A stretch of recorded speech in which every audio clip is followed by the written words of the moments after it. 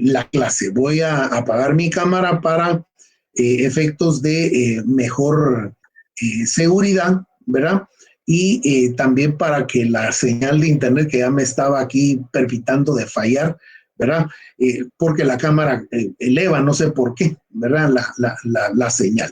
Entonces, vamos a continuar, compañeros, con la clase donde nos quedamos la semana pasada. Y entonces ahorita voy a proyectarles eh, la diapositiva que habíamos quedado, en, que no nos dio tiempo, ¿verdad? De poder culminar todo el contenido, ¿verdad? Entonces, solo déjenme para acá proyectarles y entonces, voilà, ¿verdad? Vamos a encontrar que aquí tenemos entonces ya la diapositiva para que entonces empecemos al desarrollo del curso, ¿verdad? Lo lamento para quienes están grabando y luego lo suben a YouTube, ¿verdad? Pero miren, esa es otra de las cosas, ¿verdad? Solo se van a poder compartir, van a poder seguir compartiendo estas presentaciones, pero las clases presenciales, pues obviamente no, ¿verdad? Ahí sí que se insta a los compañeros a hacer su mejor esfuerzo para que puedan llegar a las clases presenciales. Bueno, habíamos hablado entonces con relación a las presidencias de la República, las atribuciones del presidente de la República, las cuales están determinadas en el artículo 183 de nuestra Constitución Política de la República y en la cual aparecen las primeras atribuciones o funciones del presidente de la República: dirigir y orientar la política general del Estado de Guatemala, ejecutar y respetar las leyes, nombrar y remunerar a los funcionarios y empleados públicos, organizar a la administración pública. Corresponde al Consejo de Desarrollo Urbano Rural para la organización y coordinación de la administración pública, y se crea el Consejo Nacional de Desarrollo Urbano Rural, coordinado por el presidente de la República, integrado en la forma que la ley establezca, de acuerdo con el artículo 225. Quiero también de una vez decir lo que también lo he estado diciendo solo en las clases virtuales, sino lo dije también en la clase presencial, la única que hemos podido realizar, que en este sentido tenemos que tener mucho cuidado porque las leyes no son recetarios de cocina. La ley hay que saberla interpretar y hay que saberlas integrar, porque yo no puedo decirle he hecho un poco de artículo 1 de esta ley, un poco del artículo 2 de esta, el artículo 3, no. Está dispersa la legislación, a eso se refiere la interpretación, y para muchos estudiosos del derecho utilizan el término de la hermenéutica jurídica, ¿verdad? Que es la interpretación de la norma, ¿verdad? En ese sentido, entonces, porque del 183 pues brincamos al 225 constitucional. Integramos las leyes, ¿verdad? Y en ese sentido, pues, nos referimos a la integración precisamente de el decreto 11-2002, ¿verdad? Que es entonces la ley de los consejos de desarrollo urbano y rural, ¿verdad? Que vamos a ver, no ahorita, ¿verdad? Pero sí vamos a estarlas viendo. Donde tenga presencia la presidencia de la República, los vamos a estar viendo. El artículo 3, que establece esta ley de los consejos de desarrollo urbano y rural, establece que el objetivo del sistema de los consejos de desarrollo es precisamente organizar a este órgano, ¿verdad? Para entonces cumplir con su cometido. Establece que el objetivo del sistema de los consejos de desarrollo es organizar y coordinar la administración pública mediante la formulación de políticas de desarrollo, planes y programas presupuestarios, y el impulso de la coordinación interinstitucional pública y privada. A este consejo se le ha denominado el famoso CONADUR, ¿verdad? El que es presidido precisamente por el presidente República. ¿Cómo es que está integrado este Consejo de Desarrollo Urbano y Rural? La integración está regulado en el artículo 5. El Consejo Nacional de Desarrollo Urbano y Rural se integra así. El presidente de la República, quien lo preside. Solo vamos a silenciar ahí al compañero que activó su micrófono, me imagino que por error. El Consejo Nacional con el Consejo Nacional de Desarrollo Urbano y Rural. El regional con los consejos regionales de desarrollo urbano y rural. El departamental con los consejos departamentales de desarrollo. El municipal con los consejos municipales de desarrollo y el comunitario con los consejos comunitarios de desarrollo. ¿Cuáles son los deberes dentro del presidente de la República, que es quien lo coordina el Consejo Nacional? Los deberes del presidente de la República son todas aquellas acciones que, aunque no están enmarcadas en ley, como las atribuciones tienen que ver con la moral y la ética, sin embargo, también en el campo de lo político, y un ejemplo es el artículo 154 constitucional que establece: los funcionarios son depositarios de la autoridad, son responsables legalmente por su conducta oficial, me disculpo ahí por el mal teclazo ahí, por su conducta oficial, sujetos a la ley y jamás superior a ella. Los funcionarios y empleados públicos están al servicio del Estado y no de partido político alguno. La función pública no es delegable, excepto en los casos señalados por la ley, y no podrá ejercerse sin prestar previamente juramento de fidelidad a la Constitución. ¿Esto qué quiere decir? Que en la norma, en la ley o en algún reglamento tiene que establecerse la delegación de las atribuciones y de las funciones. No necesariamente, o no puede, ¿verdad?, un funcionario atribuirse funciones que no le corresponden o que no estén enmarcadas en la ley. Es lo que nos quiere transmitir el legislador con este artículo. La actividad política y la actividad administrativa, como se ha venido explicando, el presidente de la República ejerce una doble función como jefe del Estado, que es la función política, y como jefe y superior jerárquico de la administración pública de Guatemala, el artículo 182 constitucional. Para la actividad política vamos a decir que se ejerce como jefe de Estado y constituye la unidad nacional y está combinado a cumplir con los dos principios de los artículos constitucionales.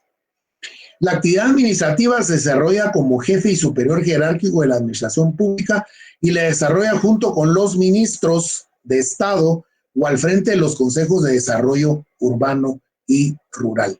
Yo les hablaba y les decía en clase la última vez que con relación a esto, lo que sucede es de que la administración pública y la presidencia pues ya es demasiado grande.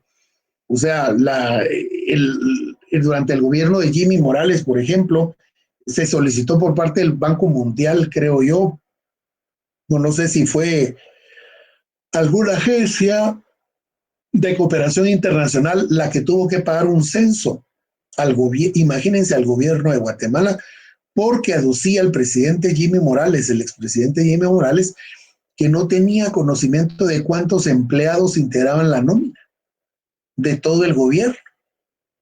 O sea, eso realmente es una vergüenza, que no sepamos cuántos servidores públicos y en los diferentes renglones se tiene, al menos en el organismo ejecutivo. Eso es una vergüenza, ¿verdad? Sin embargo, pues se llevó a cabo, no sé en qué pararía el censo y si dieron información al respecto. Pero eso pasa por el hecho de que es muy grande la administración pública y entonces ahí estamos hablando que debe de haber la actividad política y la actividad administrativa por parte del jefe del Estado o el presidente de la República. Para lo cual, pues entonces tiene que no solo auxiliarse del vicepresidente, sino de los ministros de Estado. La actividad administrativa se desarrolla como jefe y superior jerárquico de la administración pública y la desarrolla junto con los ministros de Estado, al frente de los consejos de desarrollo urbano y rural. Es decir, para poder hacer llegar prácticamente la función administrativa a los rincones más alejados del país. Al menos esa es la intención. La responsabilidad en el caso del presidente tiene doble responsabilidad, porque tiene doble función, la política y la administrativa. Como de jefe de Estado en su actividad política y en segundo lugar como jefe y superior jerárquico de la administración pública y sus responsabilidades de tipo administrativo. Esto lo tenemos regulado en el artículo 183, en los incisos B, F, H, K, L, Ñ, O, P. Y las funciones administrativas se localizan en los incisos A, C, D, G, I, M, N, Q, R, S, T, U, V y W. Entonces, por favor, es parte de nuestra responsabilidad como estudiantes proceder a leer ese artículo y los diferentes incisos y sobre todo hacer ahí el ejercicio en su propia constitución si quieren o adicionalmente cuál corresponde con cuál, ¿verdad? Y hay funciones mixtas político-administrativas que están en los incisos E, J y X, ¿verdad? Entonces solo vamos a ver una solo por poner algunos ejemplos, ¿verdad? Y si nos vamos a ese artículo 183, ¿verdad? Espero que hayan bajado su constitución comentada por la Corte de Constitucionalidad. Les dije el otro día que estaba subida en el espacio, ¿verdad? Cibernético. Entonces, en el artículo 183 establece funciones del presidente de la República. Son funciones del presidente de la República cumplir y hacer cumplir la Constitución y las leyes. Una función administrativa se localiza en los incisos A. En ese sentido, el presidente, en esta primera atribución, cumplir y hacer cumplir la Constitución y las leyes, estamos frente al principio de la juridicidad o el principio de legalidad. ¿Esto qué quiere decir? Que el presidente de la República solo puede hacer lo que la ley le permite, ¿verdad? En ese sentido, todos sus actos deben estar fundamentados en ley. Y para poder controlar que no hayan excesos del poder que se le está otorgando, existe entonces la figura del amparo que va a conocer en única instancia la Corte de Constitucionalidad en contra de los actos administrativos del presidente y vicepresidente de la República, en este caso de la vicepresidenta, la doctora Karin Herrera. Ese es el caso del primer artículo, ¿verdad? El primer inciso, perdón, función administrativa en el inciso A. Veamos una función política en el inciso B. Proveer a la defensa y a la seguridad de la nación, así como a la conservación del orden público. Esto es una función política. En ese sentido, se va a auxiliar de la ley de orden público, precisamente. De todos modos, también va a estar enmarcado el principio de juridicidad cuando se va a decretar. Recuerden ustedes que ahorita que estuvo la pandemia, hubo muchos actos, muchos decretos. Se llama decreto ley, ¿verdad? Porque así está enmarcado dentro de la ley de orden público, ¿verdad? Y entonces se envía inmediatamente al Congreso de la República, que tiene 3 días para conocer el decreto de urgencia decretado por el presidente de la República, para aprobarlo, revocarlo, modificarlo, ¿verdad? En ese sentido va a ser una, entonces, función política, porque la envía al Congreso de la República para que en el plazo de 3 días, conozcan entonces cuál es esa medida urgente que el presidente, en base a la ley de orden público, que es una ley de 1965 que todavía quedó en vigencia. La actual Constitución le da vigencia a esa ley de orden público que es también de carácter constitucional porque fue establecida por la Asamblea Nacional Constituyente de 1965. Pero entonces la misma también es validada por esta Asamblea Constitucional de 1985. Y veamos una mixta que sería el inciso E. Sancionar, promulgar, ejecutar y hacer que se ejecuten las leyes dictar los decretos para los que estuviere facultado por la Constitución, así como los acuerdos, reglamentos, órdenes para el estricto cumplimiento de las leyes sin alterar su espíritu. En ese sentido, yo les explicaba el otro día, y se los vuelvo a ratificar, que en ese sentido, lo que nos quisieron decir o nos quieren transmitir los constituyentes es que cada artículo de la Constitución es un principio constitucional, ya bien sea dogmático en la primera parte o en la segunda parte, que es orgánica, porque la segunda parte organiza al Estado, ¿verdad? O sea, una constitución que no organiza un Estado, pues no es constitución. Por eso es de que la segunda parte nos organiza como Estado, ¿verdad?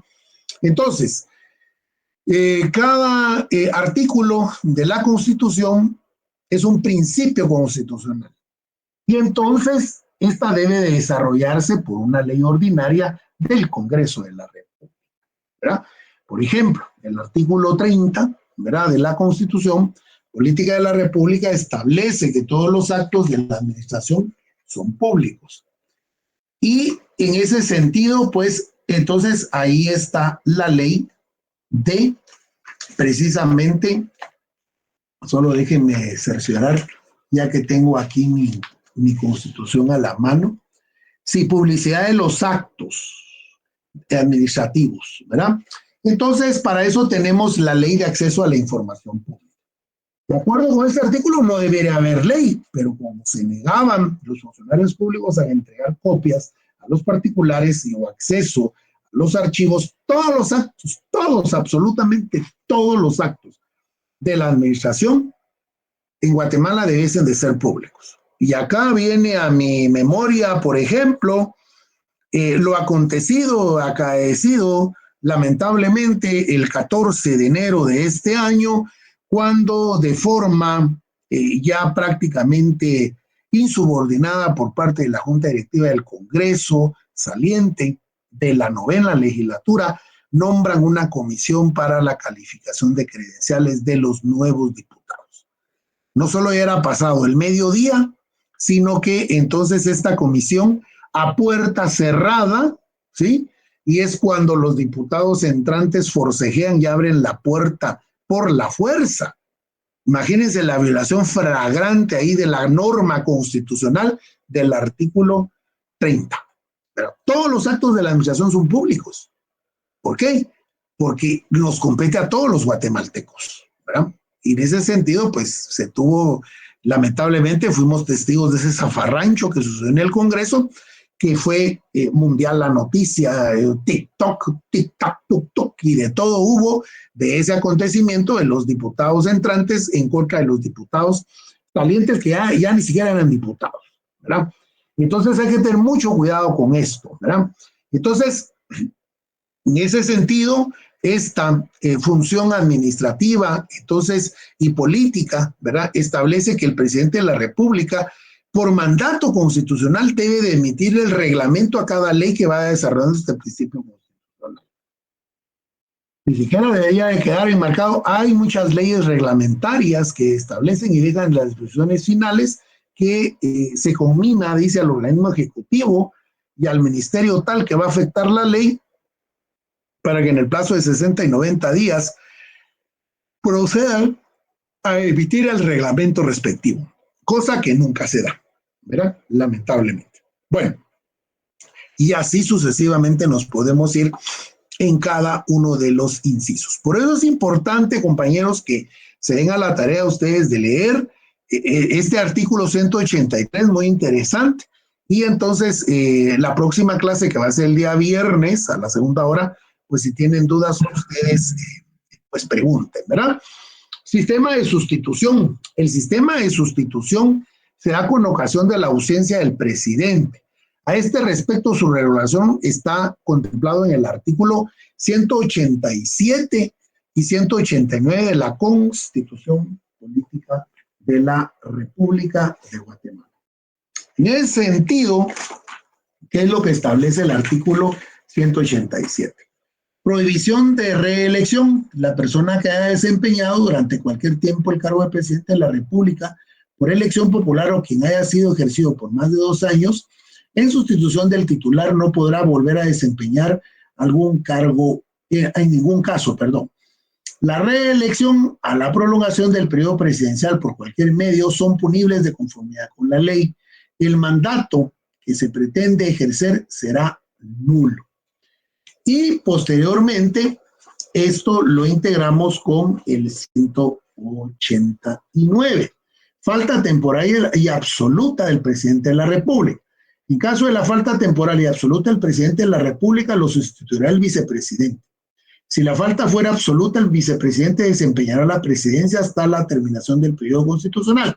Y en caso de falta permanente de ambos, completará dicho periodo la persona que designe el Congreso de la República con el voto favorable de las 2/3 partes totales de los diputados. En el caso del 187 es un artículo pétreo constitucional que ustedes ya deben de saber, que lo debieron haber visto en su curso de Teoría del Estado, Derecho Constitucional, y creo yo que tiene un curso de Procesal Constitucional y también Derecho Administrativo 1, pero si no, pues aquí estoy yo para recalcárselos. La doctrina ha denominado los artículos pétreos, artículos irreformables, ¿verdad? Y por eso es de que nuestra Constitución es mixta, ¿verdad? Es decir, es rígida en ese sentido, tiene artículos pétreos que no pueden ser reformables por ningún motivo, y uno de ellos es precisamente estos. Y en el caso del artículo 189, pues lo vimos claramente durante la finalización, casi al final del gobierno del Partido Patriota. Primero renunció la vicepresidenta, entonces el presidente Otto Pérez Molina envía una terna al Congreso de la República, y entonces el Congreso de la República designa al licenciado Alejandro Maldonado Aguirre, que en ese entonces estaba desempeñando la función de magistrado de la Corte de Constitucionalidad.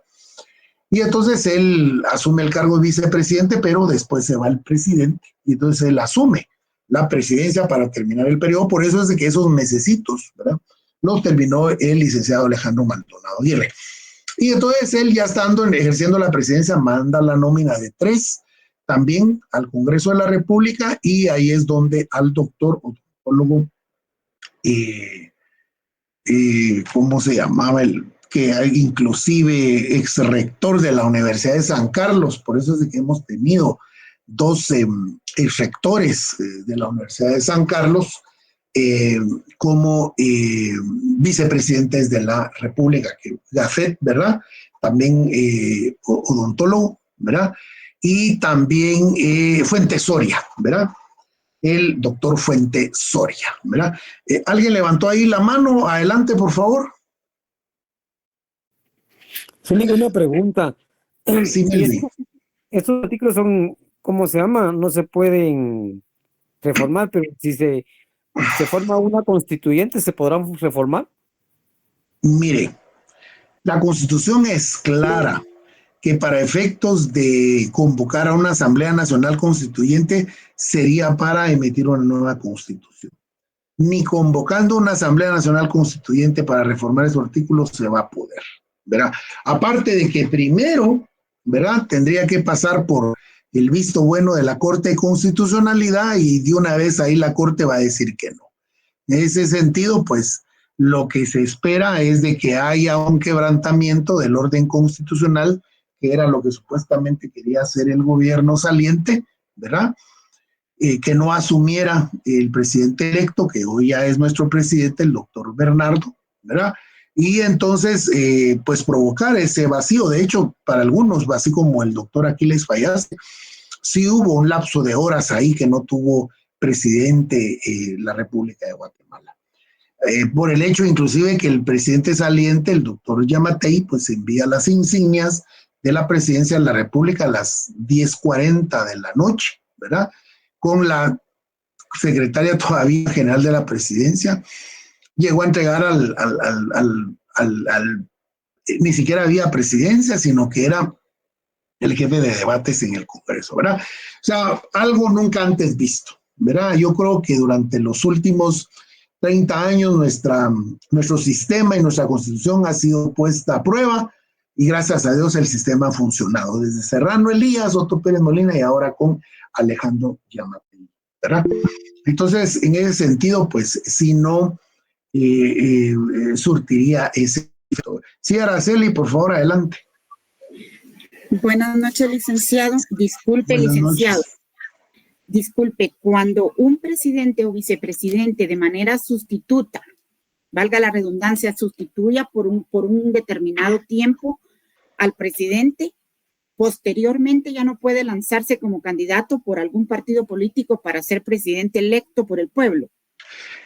El vicepresidente de la República sí tiene, digamos, el derecho de poder participar. Ahora, el presidente sí definitivamente no, ¿verdad? La prohibición a la reelección es para la presidencia, no para la vicepresidencia del país, ¿verdad? Por esa razón es de que teníamos ahí andaban varios partidos coqueteándole al doctor Eduardo Stein Varías, Rafael Espada también, muchas gracias Juan Estuardo. El doctor Rafael Espada corrió con ese pobre partido del gallo que hasta desapareció, o republicano, república, no sé, el partido desapareció, el pobre doctor que solo se quemó, ¿verdad? Pero sí, los vicepresidentes tienen esa chance de poder postularse con cualquier partido político para la presidencia de la República. Gracias, licenciado. A la orden. Sí, Luis, adelante, por favor. ¿Qué tal, licenciado? Con una consultita, yo en alguna ocasión escuché el término que Guatemala estaba cerca de ser un estado fallido, pero me quedé con la duda a qué se refería con ese término. Mire, don Luis, mire, el tema es bien amplio, el tema es profundo, el tema es para filosofar, ¿verdad? Lo que sucede es que, veamos, un estado fallido como tal es aquel estado en donde el Estado de Derecho no funciona, ¿sí? En simples palabras, por ejemplo, a mi criterio, entró en esa fase de estado fallido El Salvador. La República de El Salvador acaba de entrar en esa fase de estado fallido. Nicaragua es otro estado fallido. Venezuela es otro estado fallido. Es decir, cuando las instituciones democráticas, las instituciones constitucionales, cuando el sistema de frenos y contrapesos no funciona en una república moderna, hay estado fallido.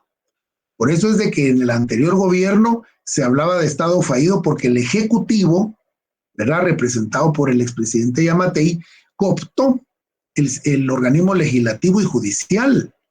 Entonces era un solo poder el que controlaba todo el Estado, ¿verdad? Y entonces ahí no hay frenos y contrapesos, que debe de haber control porque el poder no es absoluto, pero el poder corrompe.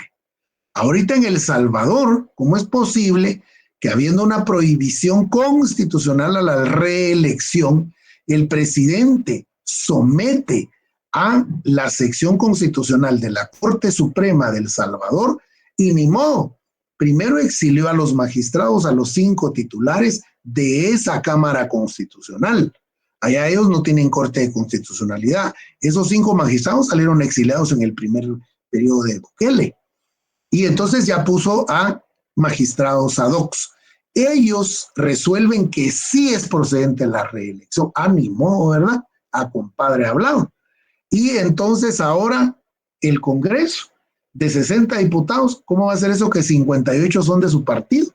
Entonces ya tiene controlado el Ejecutivo con reelección de prohibición constitucional, más el legislativo, suficiente. Ahí el judicial tiene que hacer lo que él dice, ¿verdad?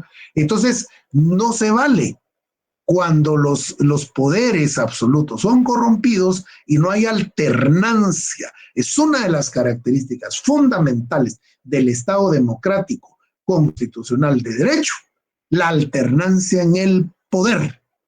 No podía Alejandro Giammattei Falla pasar más allá de las 4 de la tarde del 14 de enero. Él a las 4 de la tarde estaba combinado a entregarle el poder. No sucedió. Gracias a Dios, pues se logró reorientar, Pero ¿qué pasa con El Salvador? ¿Qué pasa en Nicaragua? Miren Nicaragua cómo está. Pero hasta peleando con el Vaticano está Nicaragua. ¿Cuántos presos políticos y demás?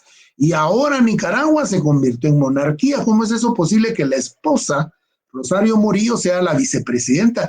Están cogobernando esposos en Nicaragua. Eso es un estado fallido. ¿Y qué dicen de Venezuela? Que ya dijo Nicolás Maduro que por las buenas o por las malas él gana las elecciones. Entonces, cuando el poder se toma por la fuerza, se saca al ejército a las calles, no hay pueblo que pueda, ya a menos de que haya una revolución, y la historia lo ha planteado. Ha habido revolución en Guatemala en 1944. Llevaba cuántos años Ubico en la presidencia y renuncia a todos contentos, y Ponce, deja él ungido a Ponce Baide como que era rey, ¿verdad? 14, 15 años Ubico gobernó el país, ¿verdad? Y entonces se está replicando lo mismo en esos países, y entonces tarde o temprano les va a llegar la revolución, que va a costar sangre, ¿verdad? De muchos ciudadanos y mártires, lo va a hacer, ¿verdad? ¿Qué pasó en Cuba, ¿verdad? Con Batista también. Por eso la revolución de Fidel y de Che Guevara. Pero no se vale tampoco porque se convirtió en un estado también fallido. Cuba hoy por hoy es un estado fallido. Prácticamente se van heredando el poder. Y vean el sistema, porque se murió Fidel Castro, deja al hermano, ¿verdad? A Carlos Raúl Castro, y el hermano ya le dejó a este, y así sucesivamente ya está prácticamente coronada la vuelta de que quién tiene que estar en el ejercicio del poder. Por eso es de que Estados Unidos es el primero en abanderar y en enarbolar precisamente esto, ¿verdad? Y por eso toda la injerencia de Estados Unidos, ni modo, ¿verdad?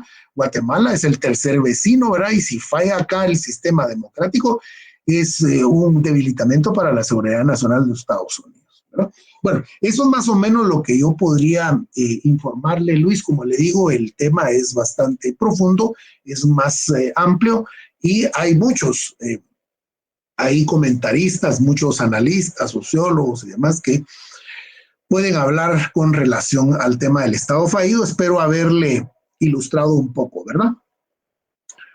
Muy bien. Muy bien, entonces con esto estaríamos terminando, vean ustedes, ¿verdad? La presentación de la semana pasada. Entonces, inmediatamente vamos a entrar a la presentación de las diapositivas correspondientes ya para esta semana, ¿verdad? Y entonces yo se las compartí el día de hoy, como a mediodía más o menos, ¿verdad? Consejo de Ministros de Estado y su regulación. Por favor, únicamente hacer una aclaración. El único consejo que está permitido en Guatemala, hablando de derecho administrativo, ¿verdad? Y es por la semántica, ¿verdad? El único consejo que se puede escribir con C es el Consejo Municipal, ¿verdad? De ahí todos los demás consejos se escriben con S, por favor, ¿sí? Eso tengámoslo de una vez bien claro, porque es increíble, pero ya teniendo colegas profesionales, eso no lo saben, de otras disciplinas, por supuesto, ¿verdad? Pero vayámonos siempre al tenor de la ley, ¿verdad? Cuando tengamos duda, vayamos a la ley, ¿verdad? Entonces, en ese orden de idea, pues vamos a iniciar indicando lo siguiente. La evolución histórica antes de 1945 se designaba a los ministros y secretarios de Estado, ¿verdad? Y se decidió precisamente en la Constitución Política de 1945 llamarse ministro de Estado. Es decir, antes eran secretarios, ¿verdad? Han habido y han pasado nombres distintos, secretario, inclusive los nombres de los mismos ministerios, ¿verdad?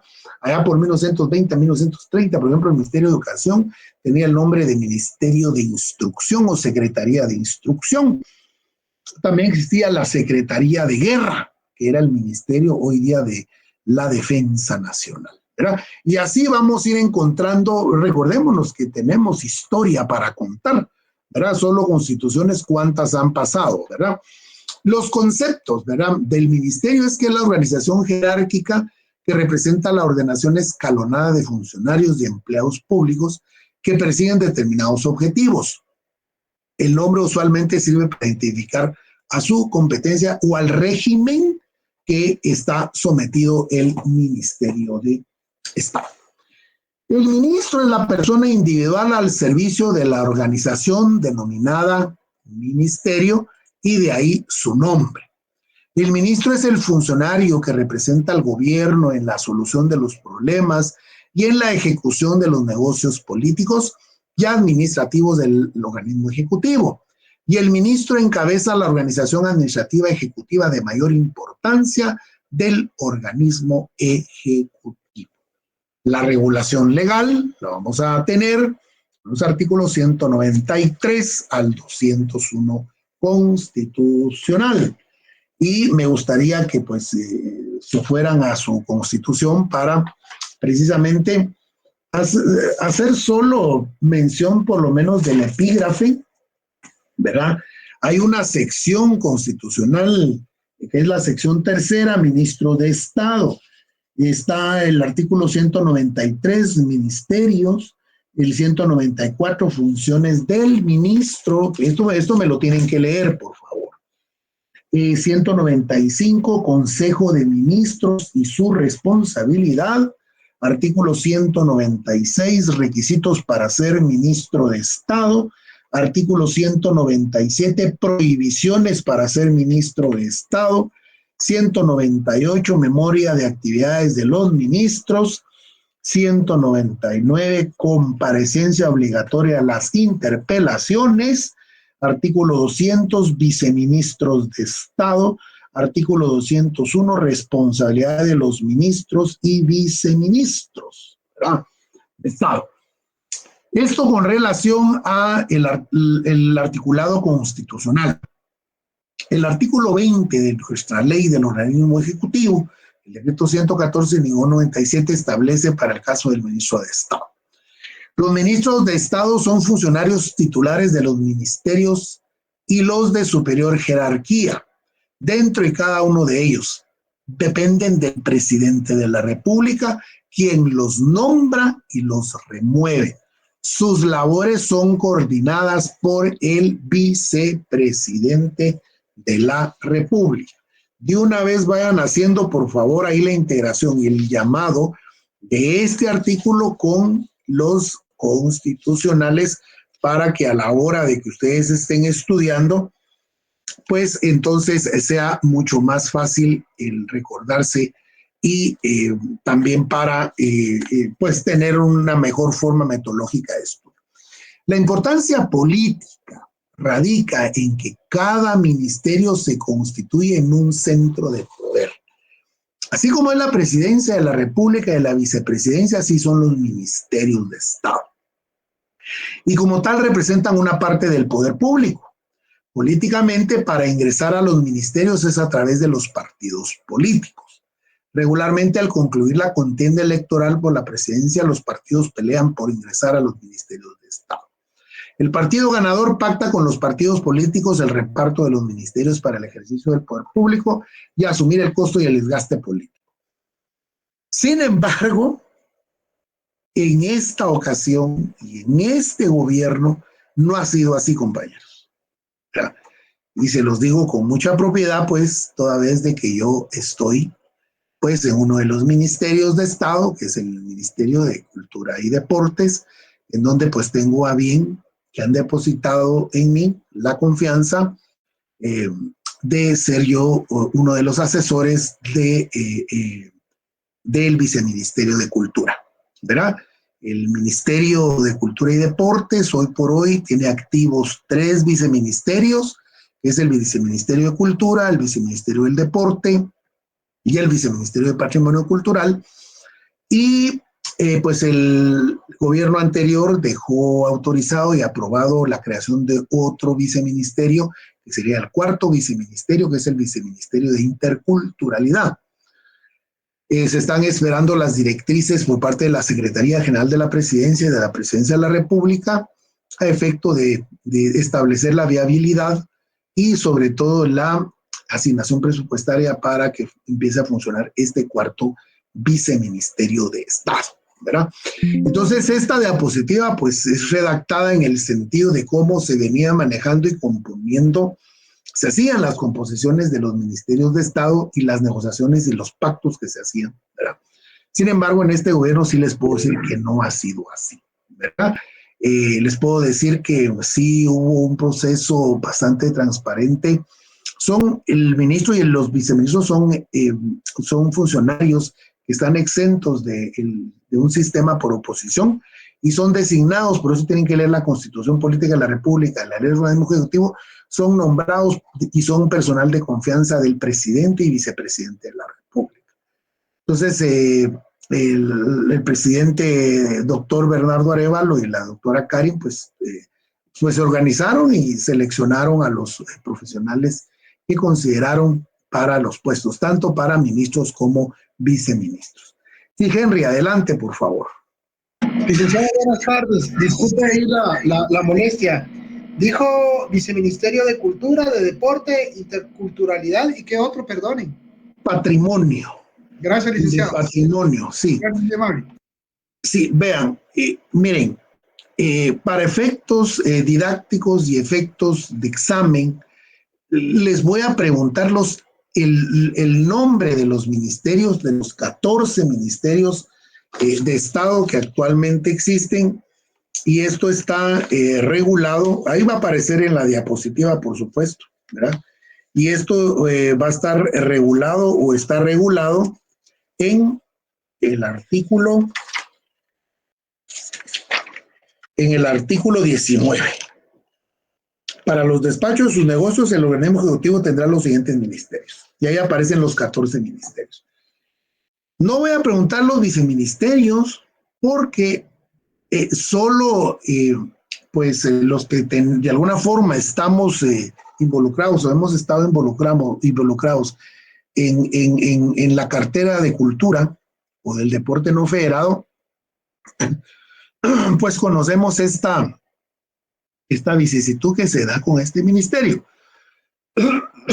Los de educación, pues saben de educación.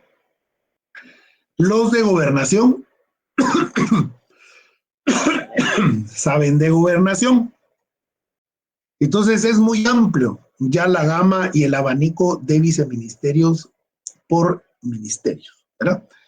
Pero yo solo voy a llegar a preguntarles los nombres de los ministerios para que ustedes estén tranquilos, por favor, y no empiecen a sufrir. Y está bien que hagan sus anotaciones, ¿verdad? Pero sí, para que estén también sabios. La importancia administrativa radica en que los ministros y viceministros, directores y jefes administrativos, en el artículo 19, compañero, de la ley del organismo ejecutivo, el decreto 114-97, se conceptúan como los principales ejecutivos del gobierno situados a la cabeza de los ministerios de Estado. Esa es la importancia administrativa. La importancia jurídica es que los ministros preparan y ejecutan las decisiones políticas y administrativas del presidente. Jurídicamente, si estas decisiones no son refrendadas o firmadas o suscritas por los ministros de Estado, pues no existirían, ¿verdad? Por esa razón es de que existen los acuerdos ministeriales, las resoluciones ministeriales y demás. La organización, la decisión o estructura de cada ministerio de Estado corresponde al presidente de la República. La misma se establece de acuerdo a su materia, competencia a través de acuerdo gubernativo, como el reglamento interno de cada ministerio denominado el ROI, Reglamento Orgánico Interno de cada Ministerio de Estado. La estructura administrativa de los ministerios de Estado, de conformidad con el artículo 24 de la Ley del Organismo Ejecutivo, se establecen las siguientes unidades administrativas. Las funciones sustantivas estarán a cargo del despacho ministerial, integrado por el ministro y los viceministros. Las direcciones generales, los departamentos y las funciones administrativas estarán a cargo del administrador general y los administradores específicos o de cada unidad ejecutora o de cada ministerio de Estado. Sin embargo, esto puede variar porque esto es como digamos, una sombrilla que debe de acoger a todos los ministerios de Estado. Sin embargo, en cada ROI está estipulado el rol y la estructura organizativa e institucional de cada ministerio de Estado. El administrador general es la autoridad superior en materia administrativa y depende directamente del ministro. Es nombrado por el ministro. En algunos ministerios le llaman administrador general, director administrativo o gerente. Las funciones de apoyo técnico estarán a cargo de remarcado, asesoría jurídica, y regularmente el puesto es de director de asuntos jurídicos. Depende directamente de la administración general y pues es nombrado por el ministro de Estado. Planeamiento, ¿verdad? Que es la unidad o el departamento de coordinación y de planificación. En algunos lugares le llaman departamento o dirección de planificación y modernización institucional. Las funciones de control interno estarán a cargo de la unidad de auditoría interna. En todos los ministerios hay una auditoría interna. Esta dirección de apoyo técnico, ¿verdad? De apoyo técnico es quien le cuenta las costillas a los ministerios, ¿verdad? De esa cuenta es que tiene una estructura muy especial porque tiene dentro de sus atribuciones contarle pues la costilla a todos los funcionarios y empleados que integran el referido ministerio y establecer si están de acuerdo a la ley y a los normativos y reglamentos ejecutando los presupuestos correctamente. En caso de incumplimiento, pues esta auditoría interna tiene la obligación de denunciar ante la Contraloría General de Cuentas y entonces ya llegan las auditorías especiales o de tipo forense si ya pasó el ejercicio fiscal precisamente para el manejo de los fondos públicos, ¿verdad? Esa es la función importante de la auditoría interna. Las competencias y atribuciones de cada ministerio es la cantidad de poder que le corresponde a cada ministerio en determinado asunto o ramo. El Congreso de la República establece la competencia por medio de una ley formal. Actualmente lo que hace el Congreso de la República es reformar el decreto 114-97, incluyendo el ministerio que debe de crearse. Esto ocurrió con el decreto 1-2012 para incluir dicho ministerio, reglamento a través del acuerdo gubernativo número 87-2012 de la fecha 4 de mayo del 2012. ¿Qué ocurrió con esta reforma? Que se creó el último Ministerio de Estado, siendo el Ministerio de Desarrollo Social. Pues todo devino con los programas de tipo de apoyo social que impulsó el gobierno de la UNE. Y entonces el expresidente, que en paz descanse, Álvaro Colón, pues designó en la primera dama todos los programas sociales. Al entrar el gobierno del Partido Patriota, pues ellos en aras, según ellos, ¿no?, de la transparencia y de pues del mejor manejo de los recursos, crearon el Ministerio de Desarrollo Social. Hoy por hoy, pues, uno de los grandes ministerios de Estado con buen presupuesto, ¿verdad? Pero para crear un Ministerio de Estado, pues ustedes ya saben que es entonces reformar el decreto 114-97 para incluir a este ministerio, que sería el artículo número 19, y más adelante también reformar para crear el nuevo régimen del Ministerio de Estado. Ahora, para crear un viceministerio o un vicedespacho, no hay necesidad de acudir al Congreso de la República, sino se hace únicamente a través de acuerdo gubernativo en Consejo de Ministros de Estado, como ocurrió precisamente ahora en diciembre, que se creó el Viceministerio de Interculturalidad en el Ministerio de Cultura y Deportes. Las atribuciones las establece el Congreso de la República a través de las atribuciones que le da a o sea, el Congreso de la República, y el acuerdo gubernativo interno se dan en otras y más detalladas las atribuciones. Por ejemplo, el MIDES que les he estado comentando y hablando. Clasificación de las atribuciones. Las funciones constitucionales están reguladas en el artículo 194. Hay que leerlo, ¿verdad? Las atribuciones legales generales están en el artículo 27 del decreto 114-97. Las funciones legislativas, sustantivas y sectoriales, los artículos del 29 al 40, también de nuestra ley del organismo ejecutivo, las funciones reglamentarias previstas en cada reglamento. Recordemos que la función y atribuciones no es lo mismo atendido a las normas que las regula, ¿verdad? O sea, es decir, en la ley o en la ROI vamos a encontrar o funciones o atribuciones.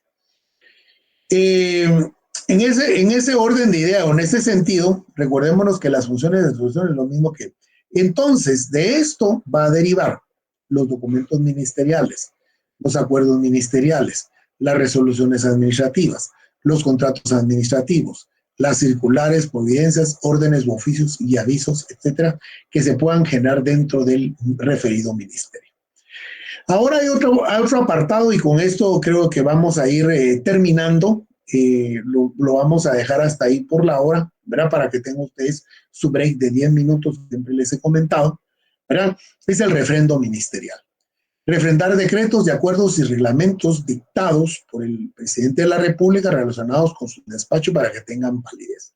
El fundamento legal lo tenemos en el inciso C del artículo 194 constitucional y es un, digamos, es un quehacer o es una norma ya no solo establecida en la Constitución, sino que también dentro de los ministerios se ha decidido, dependiendo del ROI, que sean los viceministros quienes refrenden las firmas de los ministros o los directores de asuntos jurídicos o los directores jurídicos, que también pueden refrendar la firma de los ministros de Estado.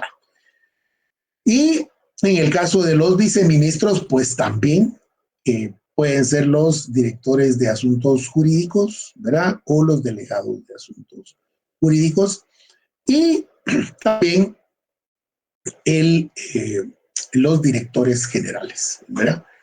Entonces, compañeros, nos vamos a quedar en la diapositiva número 10 y el día viernes continuamos de acá para el siguiente grupo de diapositivas que les estaría yo enviando el día viernes durante el transcurso de la mañana. Agradezco muchísimo entonces la adhesión a esta transmisión, esperando en Dios vernos por este medio el día viernes y la próxima semana presencialmente allá en nuestra casa de estudios, la Facultad de Ciencias Jurídicas y Sociales. Entonces agradezco muchísimo, descansen ustedes, pasen feliz noche, buen provecho y hasta el día